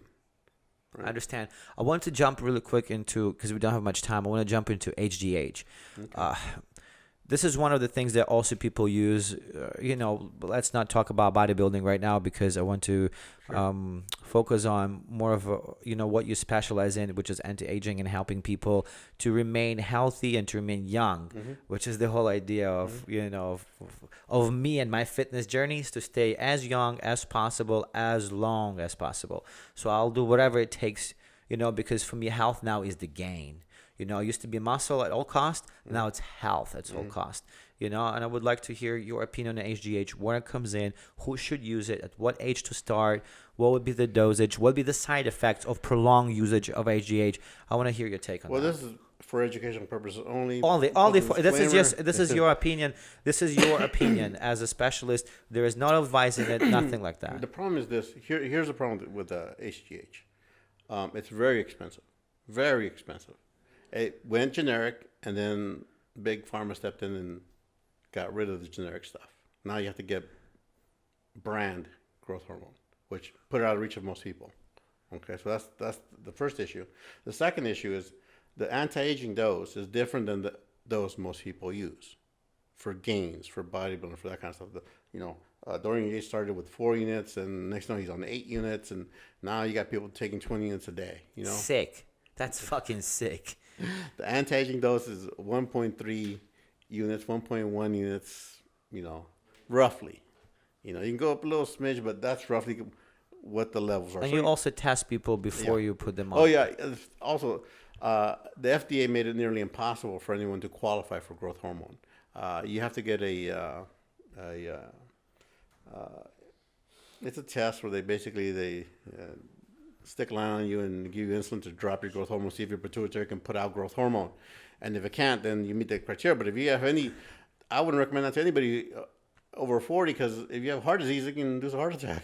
But basically, you're making them hypoglycemic. You can put them in shock. You can buy fucking Tylenol that can cause a lot more negative side effects than actually HGH. No, but the insulin, the test itself can be very damaging and harmful. So. And that's the only way you qualify, and nobody does that test. There used to be a center in Newport, but they're not there anymore as far as I know. So no one does the test. In order for you to qualify, you have to have the test. And insurance doesn't cover it. So it makes a lot of sense. People have to pay out of pocket, and it gets, unless you're a movie star, you don't. Most people don't have that kind of. But sometimes it is probably the only solution to fix some kind of health issues. Well, that's where peptides came about because testosterone. I'm sorry. HGH was very popular, and it gave results. The gains you got, you kept for the most part. You know, it allowed you to carry a lot of weight off season, allowed you to get bigger and stronger off season, and it allowed you to get more shredded. But when it became brand, most people couldn't afford it, and then the underground stuff became, you know, a lot of it isn't real. So that's where peptides came about. You know, first started with, you know, sermorelin, and that got enough research behind it, and they started coming up with different compounds, GHRP2, GHRP6, you know, and then, you know, now they're at the latest peptides. You know, the original one was sermorelin. That's the one that has a lot of the research. And there's still doctors prescribing it, but it was non-specific. It released prolactin, ACTH, you know, LH, FSH. It released everything the pituitary had because it wasn't too specific, you know. So it'll release cortisol. So you have all this, you know, a bunch of different stuff that came out, not just growth hormone. So that's why they started getting more specific with the peptides, and that's where the peptides came about. Because the pretty specific. Because growth hormone wasn't available enough, or it's too expensive. So people start looking for peptides, and what is? I really want to just touch on that topic separately. You know, on peptides. I want to get a little bit more specific with HGH, because I know a lot of people get an HGH and they stay in HGH for a very long time, and that can do something to our pituitary gland. Well, what it does, it's HGH is injected and it goes to your liver and makes IGF-1, and IGF-1 is what's responsible for the growth. Mm-hmm. Okay, it's like growth factor 1, and that's why people respond. It's a growth factor, right?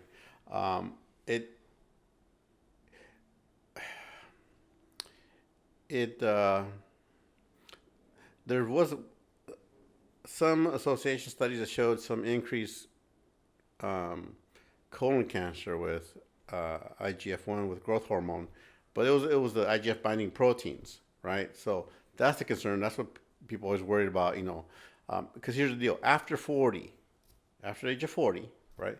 Most of us have depending on who you read, 4 to 6 different cancers in our system at any time, and they're held at bay by your immune system, right? Your immune system kind of locks it away, kind of puts it in a little immune jail, right, and it doesn't get out. It keeps it inactive.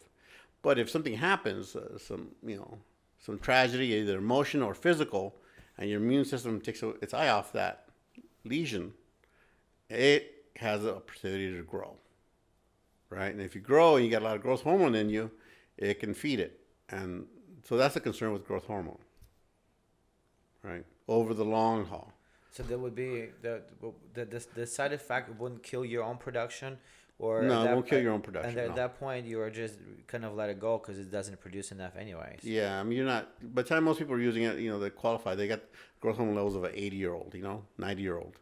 So that's when they let you use it. What happens when you use hormone? Let's say, you know, you can afford it today and you can afford it for a couple years, and then you get off with, or you kind of lose your gains, or your body goes into some kind of a hormonal drop. What happens with that? No, actually, the pituitary is quite responsive. It comes right back. It's not like the testicles where it goes into. Can it shrink entirely? No. The pituitary will. Pituitary gland. Yes. Yeah, the pituitary. You can actually, after years of a growth hormone use, it'll come right back. Because I had a friend that he just went to the clinic and they told him his gland shrank insanely because he was using. Unless they did an MRI, they couldn't tell if it shrank. Okay. Right. Now his signal might have shrank. That's because it'll take you a couple of months for it to come back, but it comes back. It's not like the testicles where testicles peter out and then they're done. Right. Gotcha. So the pituitary, as far as they know, will, and as far as me talking to the doctors, they've all seen that it comes back. And what do you think happens to, let's say, people that use, instead of 2 I use a day, they go on 5, and what the side effects are, let's say using unreversible side effects, with HGH. But bone growth, it hits the bone receptors, and so you get bone growth, bigger hands. Andre the Giant, right? He had a pituitary tumor, which made him big. All these people that have been giants had a lesion, adenoma that got him to produce more growth hormone. So basically, your fingers get big, your hands get big, your feet get big, your head gets big. You get that. That big head. You can look at any athlete when they first went into sports, and then 10 years later, look at their head. If their head's bigger, and the body's their body's bigger. But you can always tell by the head, Yeah. That's how you can tell, right? And so your head naturally doesn't get bigger. The only thing that really grows will be your nose and your ears. It's cartilage, but not the size of your head. And you can just look at them. I mean, if their hands, they got. You could definitely see by. And then your internal organs get bigger. By the bodybuilders, I mean, the internal organs get bigger only from using an excessive amount. Yes. Well, this is the same thing with bones. An excessive amount. Because a lot of people address the the palumboism, or whatever you want to call it. When you have the gut a symptom, they address it to to using a lot of growth, which I believe is true, but I think it's in combination and with everything, testosterone, insulin, peptides. Yeah, you start seeing more when the insulin usage started going up. Mm-hmm. And they have to eat more. Yeah, because they get to eat more, and when you eat more, obviously, this is the organ. It's going to grow. Yeah. So you will get some growth from the growth hormone. But then also, no one admits how much they're using. So could it all be all growth hormone? Could it be insulin related? It could be all the IGF LR3s that they're using. Mm-hmm. It's probably all that, but it's not written anywhere what they use and how much they use. And so it's all a guessing game. So, I have another question. In order to get the optimal results, sort of having a perfect anti-aging cycle or something that's going to benefit even your performance, which obviously testosterone does with it, how does it go, testosterone and HGH at the same time? Is it something compatible? Yeah, they're what's called synergistic. They work together to get a better result as far as lean muscle mass, bone density, all that stuff. Mm-hmm. So, they're synergistic. They help each other. Your workouts are better. You can eat more food because you're bigger, mm-hmm. and you definitely become leaner. Yeah, you sleep better. Your skin gets fuller. It gets smoother. Skin, yes, thicker hair. Nails grow really quickly. Mm-hmm. I think there is no really much of a side effect, from using, 2 IUs a day. You wouldn't really notice. Not typically. We're not allowed to prescribe those doses. Uh-huh. But, that's, in this big scheme of things, that's not going to cause too much harm. Well, how much? What are the doses you're allowed to prescribe? 1.1, 1.3 units a day. It's not much. Because we're not supposed to take you above physiologic normal. We have the labs. And, we know what the IGF-1 should be. We shouldn't get you above that. We know what the testosterone should be. We shouldn't get you above that. So, and that's where people get in trouble. I see a lot of doctors don't know, or I don't know if, a lot of these places they're not responsible in that they, they're fly by night, I think. They're around, and 5 years later they're not around. It's another organization, another group that push stuff, and so we have our limits of what we can do, and we shouldn't go outside those limits because otherwise we get in trouble, right? And so to be optimal is you want to be within the range at the healthy side of it, but not on the other side, at least not too far on the other side, where it just looks bad. If you're walking around with testosterone level 2,000, you're definitely having some effects on your cholesterol. You're definitely having some, effects on your prostate, your heart, your hair, all that. You're getting all the side effects, right? And so that's not optimal, because now the side effects are going to play a bigger role than all the healthy aspects of it. So what we're trying to do with anti-aging is we're trying to keep people healthy at the levels that we know are beneficial, right? Which are different than what most people in the fitness industry, they're seeking gains. That's a different concept. That's a different philosophy. That's outside of what we do. Beautiful. You know, so when they're done playing there, they can, we can take care of them, right? But we can't give them those doses. They're asking for something different, And we get plenty of people come in and they want, a boatload of testosterone, a boatload of growth. But we can't. That's not medically ethical. They still want to play the same game. Yeah. But they just try to get the source. In terms of peptides and just last question before we move on from HGH, do you recommend people, because I heard different opinions of, taking a break from taking GH, or it can be, let's say if I'm, decided to go on TRT and HGH. Well, the typical routine for HGH for anti-aging doses, I used to tell people take it Monday through Friday off on weekends. That way you don't need a break. You're already automatically getting 8 days out of the month off. So you don't shut down, typically. Beautiful. I really needed to hear that, because it's something that I'm really using right now. I started to use, and I feel all the benefits. I put my dad on HGH, and he feels all the benefits. I put my dad on testosterone replacement therapy, which I'm an asshole because we should have, You could have no more levels. Yeah. You don't know. No, I just, I'm kind of guessing the game here, which is really stupid because in the long run you lose, and just like you said, it has to be a structural approach. It has to be a disciplined approach, and you don't play with your health. You just fucking don't. And you don't take the risk on your health, even though you really feel like, the likes and comments is something that you really, really want because it makes you feel like you're worth something, So it's a very deep, psychological issue that a lot of kids develop, when it comes down to being insecure, they try to compensate that with the way they look, and they want it now. Once they try it, they see the results, they get used to it, and they can't train without it anymore, So we'll move, let's move to the peptides, because as I said at the beginning of this, I was really skeptical. I have no idea what peptides are, what they do, what is the real thing.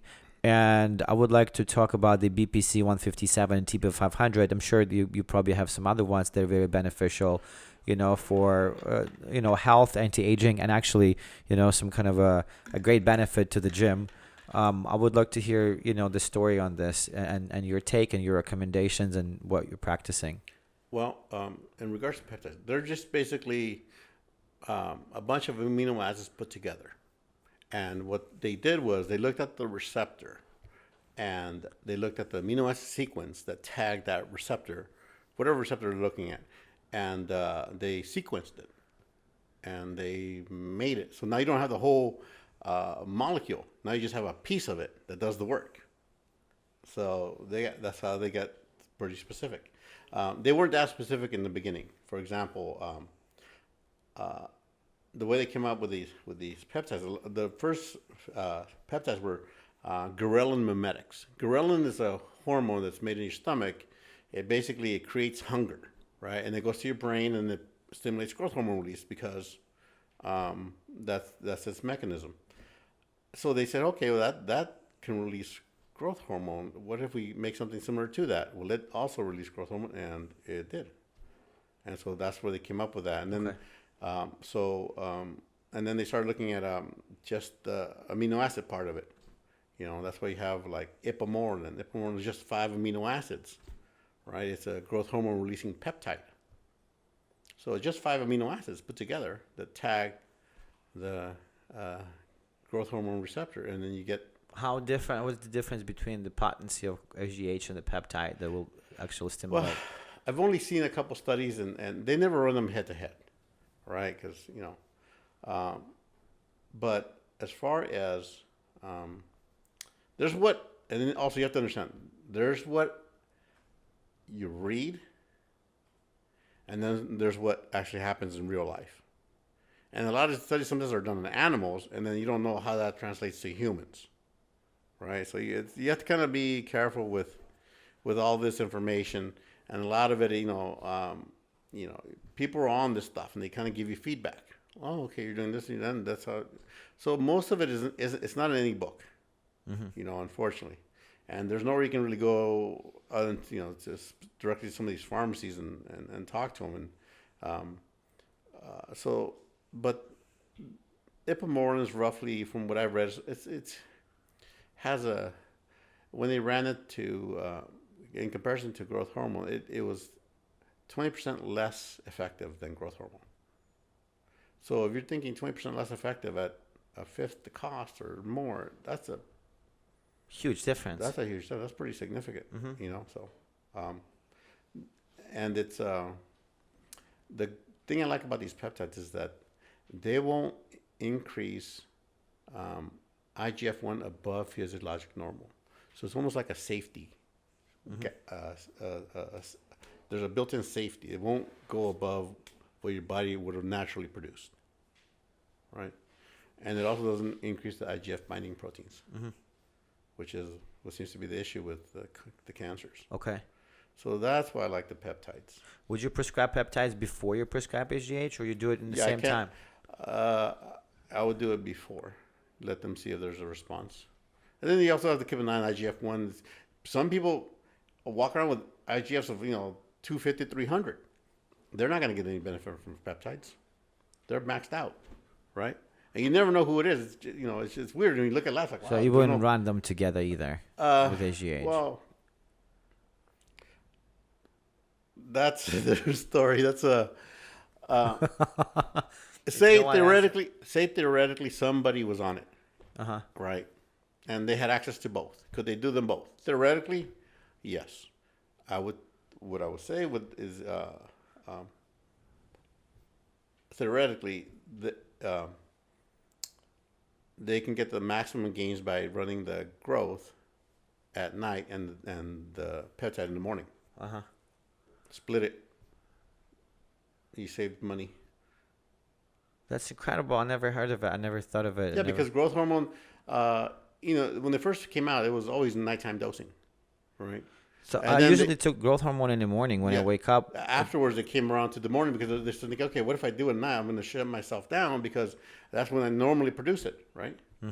I'm sorry, I have it backwards. The growth hormone in the morning and then the peptide at nighttime because it's going to stimulate. Yeah. Sorry, my mistake. I flipped it.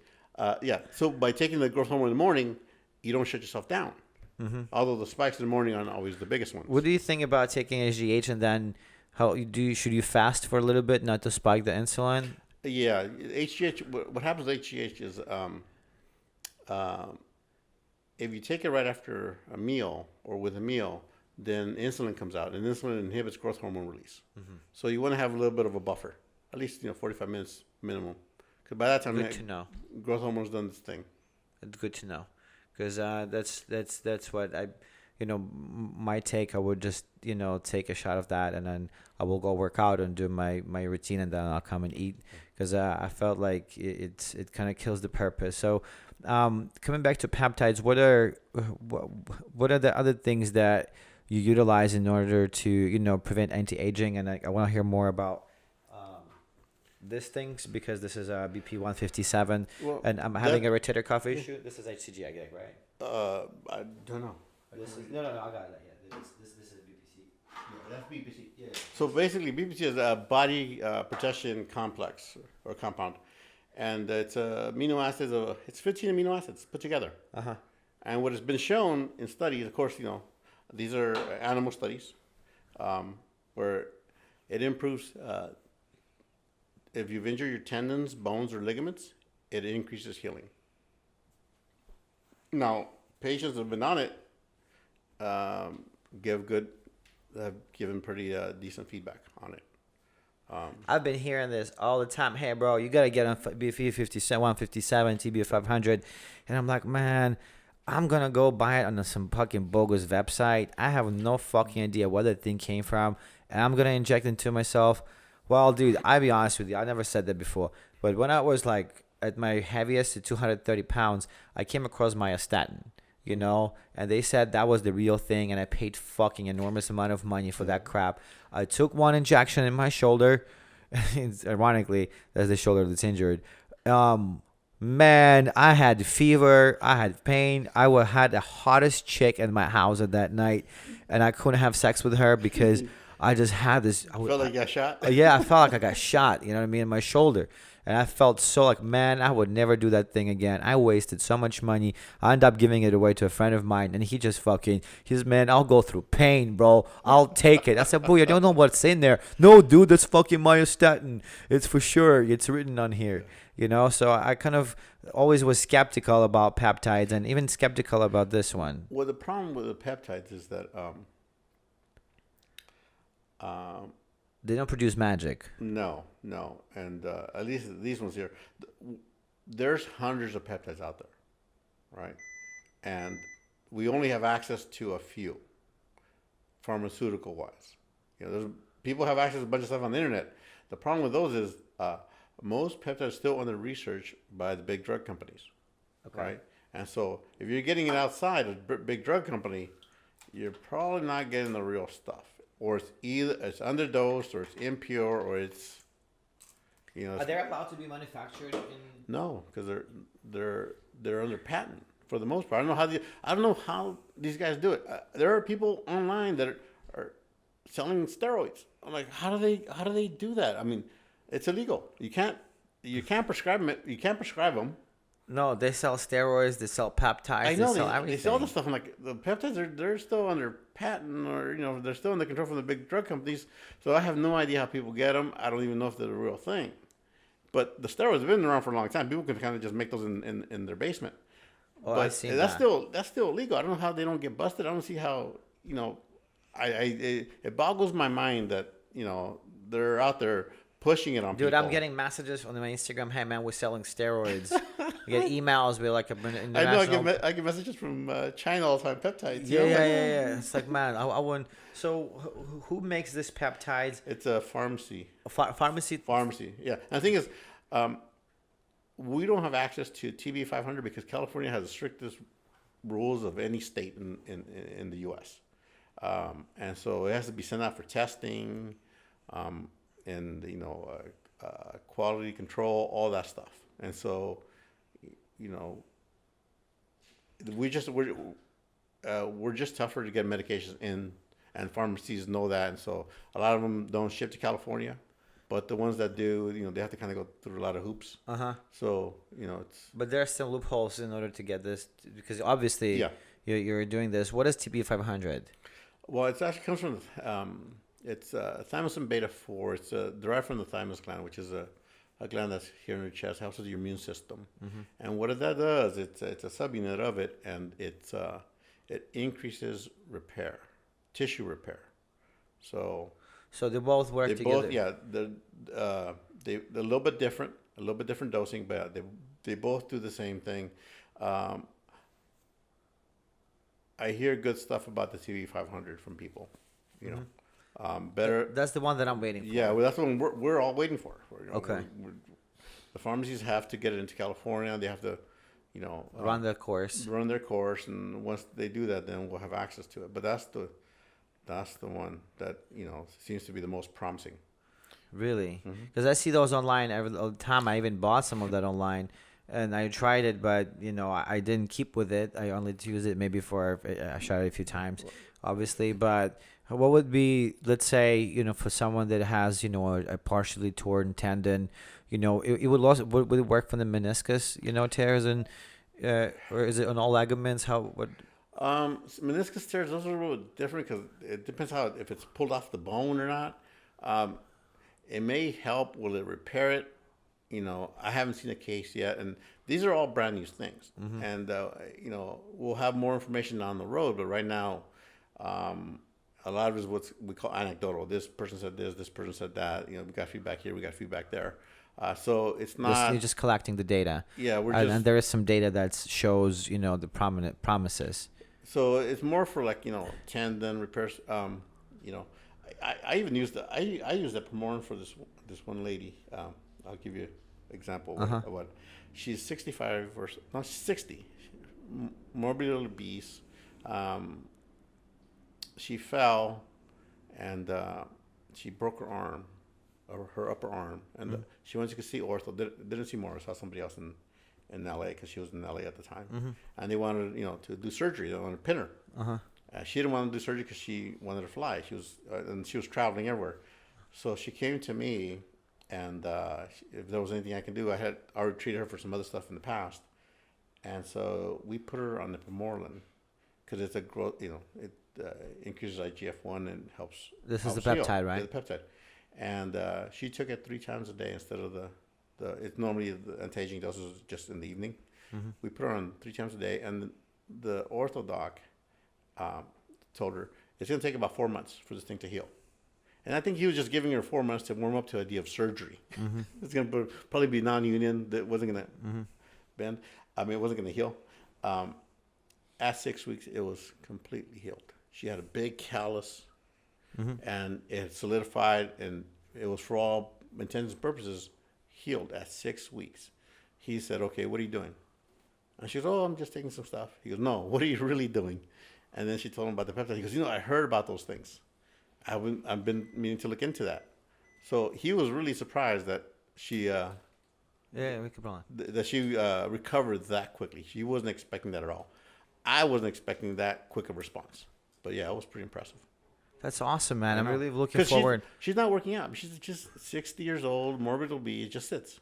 You know what? As I said, I'm really looking forward to trying this, and I will definitely report to people because, as I said, I read about it. I seen a lot of comments. When people, man, my friend took it. But as I said, it's all like you're still collecting the data, for to really have.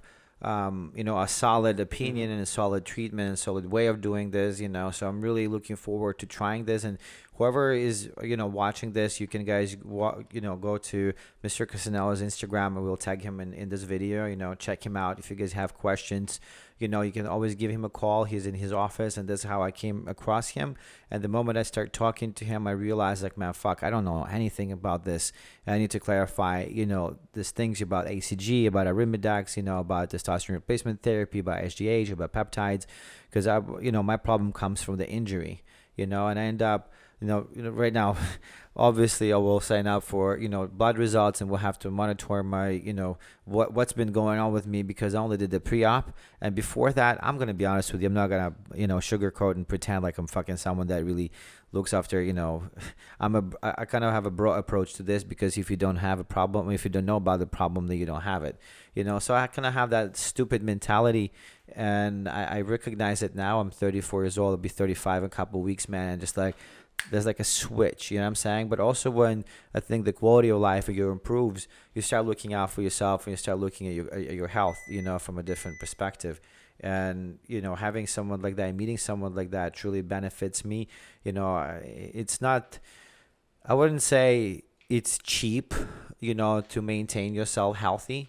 But you definitely can't do it by not going out and wasting your money on fucking alcohol and other bullshit, on the sneakers that you don't fucking need. You know what I'm saying? Like all this kind of stuff. This is just a priority, and I think it's a class, it's a class thing to be healthy nowadays. It's a class. It truly is. You got to have a class in order to be disciplined, structured, and approach, your life with awareness. That your health is like it's a gas into your car. So I'm. Thank you. You're welcome. This is the only body you have to carry you through this lifetime. That's it. You can't turn it in. You can't get a loaner. That's what you're stuck with. Yes. You've optimized it, obviously, right? Now the whole point is to just keep it going as far as you can. Yeah, I kind of lost the whole idea of bodybuilding because I was chasing the gains, and I kind of. Right. Yeah. It's okay. If you hadn't, you wouldn't be here. Yeah, I agree. You can't. I was following my heart. I was following my intuition. And it took me where I am now, and I made the best out of my journey. As I said, I've tried, using drugs and this and that, and it kind of, took me on a different path in life. Now I'm a completely different path, and I feel like I'm on the right path. I feel like I'm on the right track because I do. I look at life with longevity. Yeah. I don't look at it short term anymore, and learning these things from you, what you need to do in order to stay, maximally healthy and young, as long as possible and injury free. It's truly a priceless information, because you only think you brainwashed every fucking day with people telling you, oh, this is safe and you can do this and you should go for it. You know what I mean? Whatever it fucking takes, bro. Whatever it fucking takes, even a heart attack, it doesn't matter. You know what I'm saying? I've been there and looking at things from a different perspective, wise perspective. That's the reason why Arnold kept moving forward. Yeah. And Reg Park and Steve Reeves, and a number of other, very successful bodybuilders that use that as a platform, not the meaning to life, and I don't regret of things I've done, but I'm definitely, if I could look back and say, hey man, would you do different? Fuck yes, I would do different. I would do it a whole different way. You know what I mean? But that's what smart people do. And some people would turn around and say, man, I wish I went harder. Well, also think of it this way, right? The fact that you did it the way you did it puts you in a place where you can now teach and show and have people learn from your experience. Otherwise, yes, there's less value in it. I mean, you're a very valuable person in that you have a bunch of knowledge, right? And you have the following to have an impact on people. People want to learn what you know. They want to know what you know. And so had you done it differently, you wouldn't be here. You'd be somewhere else doing something else and maybe not being as useful to others. At the end of the day, it's what you know that matters and the impact you can have with that knowledge on other people. That's... I think this is, for me, this podcast, that's what it is. I really want to, I don't care how many people are going to watch it. What I care is I like to make an impact on someone and change someone's life for better. Yeah. The people can learn from people like you, and that's why I invite you to this, because it really directly relates to the people that follow me, because they're into bodybuilding and fitness and, appearance and looks and, and health, even though they don't know that they're fucking health up instead of actually improving it, but I would like to share that with them. And Mr. Castellano, I appreciate you showing up, man, driving it from Orange. It was worth it, guys. Mr. Castellano has an office in Orange County. And if you ever have any questions about peptides or how to get them or how to actually fix yourself and get on the right track with your hormone replacement therapy, you're more than welcome to hit him up. I will have all the credentials. Man, if you want to say something before we wrap this up, man, you're more than welcome. Well, I understand where he comes from in the fact that you have a certain mentality, and it's a balls to the wall at all costs mentality. I'm going to do what I need to do to get there. Within that, you got to take a moment and reflect. And if your livelihood depends on what you do, I understand. Even if it doesn't, I still understand. I understand where you guys are coming from. But there are consequences to some of the things that we do. And unfortunately, we learn them way too late after the damage has been done. So just get checked out, make sure everything's okay, make sure that your liver's fine, your kidneys are fine, that your heart's fine, before you continue to, compound the damage. That's all. As a doctor, that's our job, right? To help guide you through some of this stuff and to warn you against some of the really bad stuff out there. There's a lot of bad stuff out there. And so just be careful. Don't go into things too blind. There's a lot of misinformation out there. I see it every day. I just shake my head. But, do your due diligence and be as safe as you possibly can, because the whole point is you want to be around when you're 80, when you're 90, when you have your grandkids, right? That's the whole point of all this. You don't want to spark up like a flame and burn out just as quick. You want to have some impact on those around you. You want to be around for a while. That's all I have. That's a very sound advice, man. I appreciate you. Look, came a long way from that hand-me-down. I am not here for the run around. I am not here for the rigmarole. Forget blowing up. Me is the blow.